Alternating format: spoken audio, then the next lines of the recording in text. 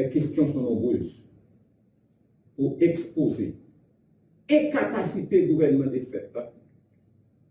Donc, chef, journée de dire, le docteur Ariel Henry, constitué principal obstacle pour le dialogue national.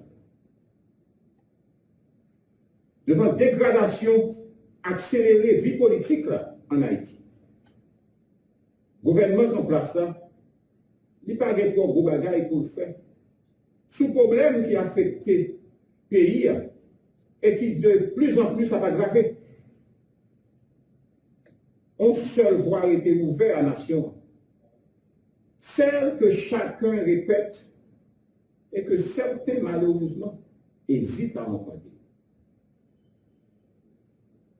La concertation et le consensus s'imposent aux acteurs qui, dans un élan de lucidité, doivent comprendre que toute initiative sectaire est vouée à l'échec qui entraînera, bien sûr, les fondements du pays. Le Sénat annonce pour la fin de cette semaine la tenue d'une grande réunion des différents pôles de la société, tout en souhaitant vivement la participation du Premier ministre Ariel Henry, que nous avons invité officiellement. Le Sénat réitère sa position ferme qui constatait jeudi à minuit, fin service Premier ministre de fait là, que le tabac a payé et dont rôle les journées jeudi a consisté seulement à liquider les affaires courantes. En ce sens, nous avons demandé au Premier ministre pour outrepasser limite que la loi à la constitution pays en Bali par rapport à nous au-delà de compétences pour engager l'État plus loin côté l'État de côté. Nous n'entendons pas. Mettez conseil électoral campé, fait assemblée constituante, prendre ensemble d'initiatives pour faire des gros projets d'envergure pour le pays. On a dit, Premier ministre, on va lui confiner à partir de aujourd'hui à liquider uniquement les affaires courantes. Et c'est ça que fait. Nous dit Premier ministre. Et nous dit tout le monde de bonne foi qui est dans le pays pour associer à Sénat. Et nous entendez Premier ministre à travers Mme Mirage qui dit que tu as content chita avec 10 sénateurs. Nous prenons au mot et nous allons inviter, associer là pour nous capables.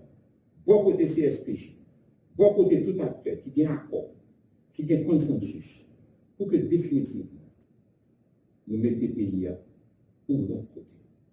Ça pays à vivre là, il n'y a pas mieux.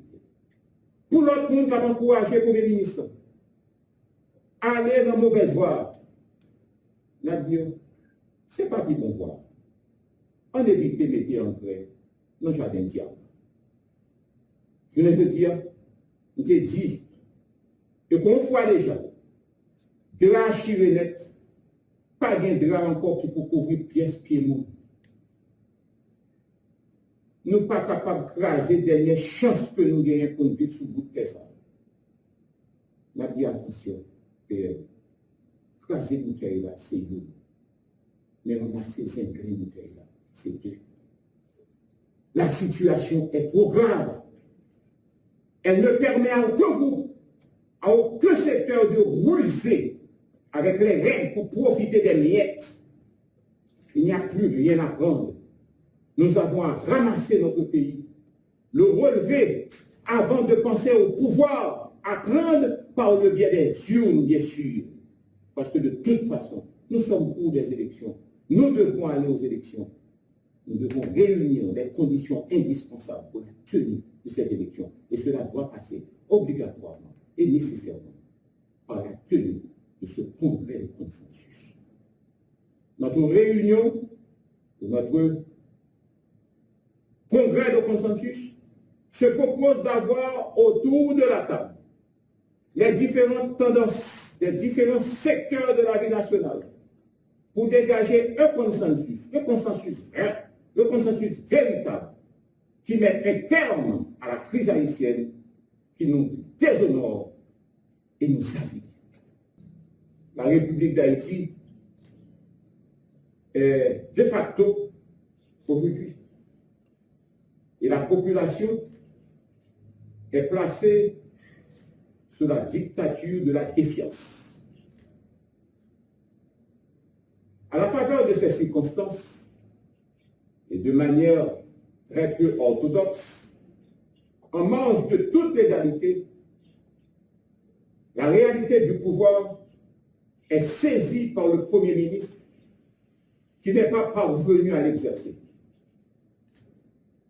Voilà 7 mois depuis que le docteur Ariel Henry, de son lieu, n'est pas en mesure de dire en quoi consiste son mandat, alors que les conditions de vie de la population continuent de se dégrader. L'État, qui n'a pas l'autorité, est donc incapable d'agir sur les sécurités et par conséquent inapte à préparer, bien sûr, et organiser de bonnes élections. Le pouvoir, en général, se reconnaît à son exercice. Et un pouvoir qui n'agit, et surtout qui n'agit pas, n'en est pas un. Combien de cadavres encore pour nous compter en plus? Combien de kidnappings, cas d'enlèvement encore pour nous compter en plus? Combien de gangs encore à petit territoire qu'à partager, qu'à séparer, tant pour terre en pays? Combien de gouttes on a besoin encore pour nous là?